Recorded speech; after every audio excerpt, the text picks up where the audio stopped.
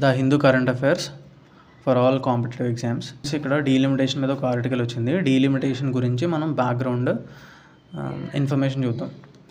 Delimitation కమిషన్ని boundary commission కూడా అంటాం మనం. అండ్ డీలిమిటేషన్ కమిషన్ పార్లమెంట్ ఒక యాక్ట్ ద్వారా డీలిమిటేషన్ కమిషన్ని ఎనాక్ట్ చేయడానికి పవర్స్ ఆర్టికల్ 82 ద్వారా ఉంటాయి. అంటే article 82 is related to delimitation commission. And article 170 వచ్చేసి కూడా స్టేట్స్ టెరిటోరియల్ కాన్స్టిట్యుయెన్సీస్ని రీడ్రా చేయడానికి పవర్ అకార్డింగ్ టు ఆర్టికల్ 170. 82 వచ్చేసి డీలిమిటేషన్ యాక్ట్ ఎనాక్ట్ చేయడానికి. అండ్ డీలిమిటేషన్ కమిషన్కి retired supreme court judge and chief election commissioner, state election commissioners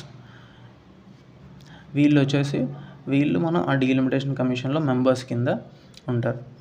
okay, president appoint చేస్తాడు. Delimitation కమిషన్ని president appoint చేస్తాడు.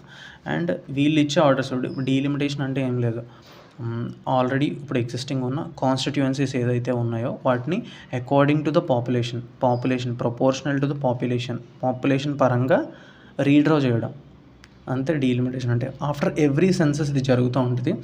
ఇప్పటికి వచ్చేసి మన ఇండియాలో 4 times మాత్రమే జరిగింది. మనకి చాలా సెన్సస్ కండక్ట్ చేసిన 4 times మాత్రమే జరిగింది. 1952, 63, 73, 1973 అండ్ 2002 4 times మాత్రమే జరిగింది. ఇందులో 4 timesలో ఫస్ట్ 2 times కూడా according to the population redraw చేసి లోక్సభ సీట్స్ అవి పెంచారు. కానీ అకార్డింగ్ టు 1973లో మాత్రం 42nd అమెండ్మెంట్ యాక్ట్ 1976 ద్వారా ఫ్రోజ్ చేశారు. 543 ఇప్పుడు మనకి ప్రెసెంట్ ఉన్న లోక్సభ స్థానాలు 543 దగ్గర స్టాప్ చేశారు.